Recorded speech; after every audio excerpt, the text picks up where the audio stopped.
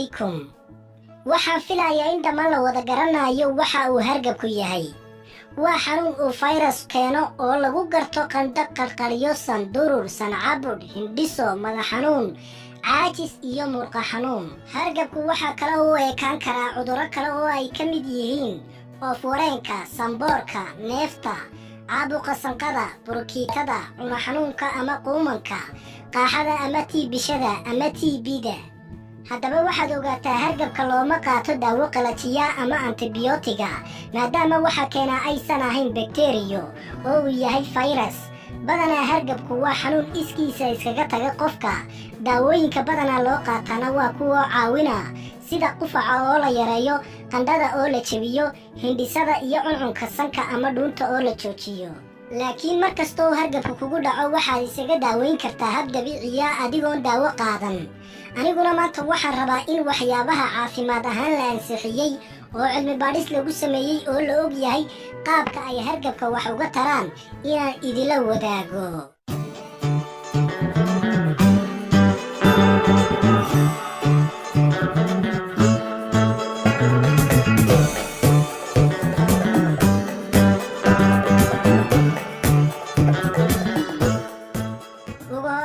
hargab la ildaran tahay ama markastoo hargabku kugu dhaco waa inaad isticmaashaa maraqa gaar ahaan kan digaaga.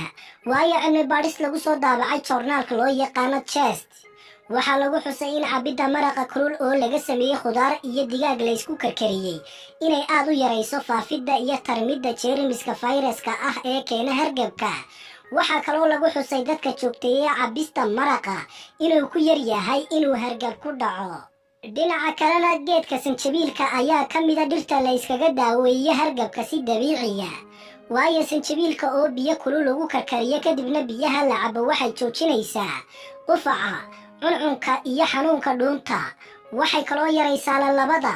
sidaa daraaddeed geedkan oo lagu sameeyey cilmi baadhisyo kala duwan ayaa la ysku waafaqay in daawo ahaan loogu adeegsan karo xaaladaha qaar oo uu ka mid yahay hargabku.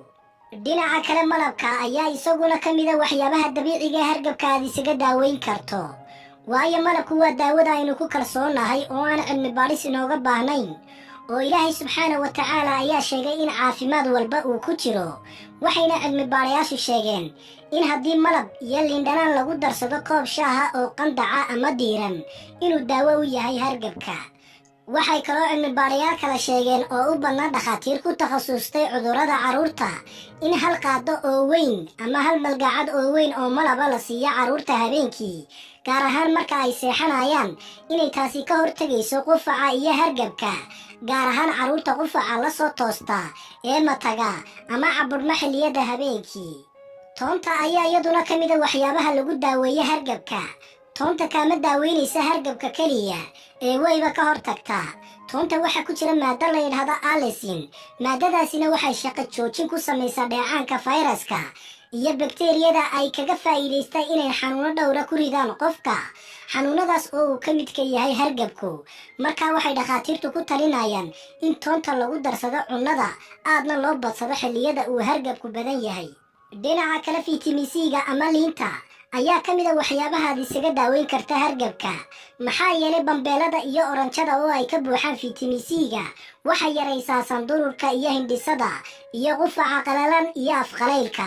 waxayna fiican tahay marka shaah kulul lagu darsado ama in iyadaba markaa la miirto oo aad qandiciso ama diirimaad ka dhigto oo iyadoo qabow ah aanad cabbin. dhinaca kalena fitamiin C-ga wuxuu kaloo sare u qaadaa habdhiska difaaca jirka taasoo yaraynaysa in jeermiska uu fursad u helo inuu jidhkaaga u sababo xanuuno kale. dhinaca kale biyo cusbo leh ayaa ka mida waxyaabahaad isaga daaweyn karta hargabka. maxaa yeelay cilmi baadhis lagu soo daabacay joornaalka loo yaqaano American Journal of Preventive Medicine waxay xustay in lagu looloodo biyo diiran oo cusbo leh inay yaraynayso fursadda ah in bakteeriyada ama fayraska ay ku tarmaan dhuunta. waxay kaloo yaraysaa cuncunka dhuunta iyo waxay kaloo jilcisaa xabka. waxay kaloo joojisaa caburka sanka. sidaa daraaddeed waa muhiim inaad caado ka dhigato kuluqluqashada biyo kulul oo cusbo leh haddii aad tahay dadka ay quumanku ku soo laablaabtaan. waxaa kaloo hargabka si dabiiciya laysaga daaweyn karaa uuminta iyo is-uumiska. in la isku huuriyo ama la isku uumiyo biyo kulul ama meel diiran. taasi waxa ay yaraynaysaa awoodda fayraska keena hargabka, waxayna jidhka siisaa awood difaaceed oo uu kaga hortagi karo jeermiska. maadaama qulqulka dhiigga uu siyaadayo, unugyada dhiigga cadcad ee la dagaalama infekshankana waxay si dhaqsaa u gaarayaan meesha ay ciladi ka jirto oo ah dhuunta ama sanka iyo afka. dhinaca kalena daawade waxyaabaha dabiiciga isaga daaweyn karto hargabka waxaa ka mid ah filfisha. waayo filfisha waxay aad ugu fiican tahay hargabka, ifilada, riiraxanyada, samboorka iyo caabuqa sanqada. sababtuna waa maado ku jirta filfisha oo xabka iyo duufka soo saarta, waxaana loo yaqaanaa maadadaas expectorant. haddaba xabka iyo duufkuna waxay keenaa qufaca iyo hindhisada siyaadada ah.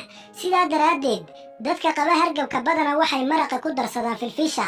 maraquna waxa uu sare u qaadaa difaaca jidhka, filfishuna waa qufac joojiye iyo xab soo saare. waana laba shay oo u fiican in la isku darsado sida dadka qaarba ay u isticmaalaan ama ay sameeyaan. ugu dambayntiina way jiri karaan habab kale oo aad wax isaga garatay oo aad u isticmaasho la dagaalanka hargabka, laakiin kuwa aynu soo sheegnay ama aynu soo xusnay waa kuwa ay dadka inta badan isticmaalaan cilmi ahaan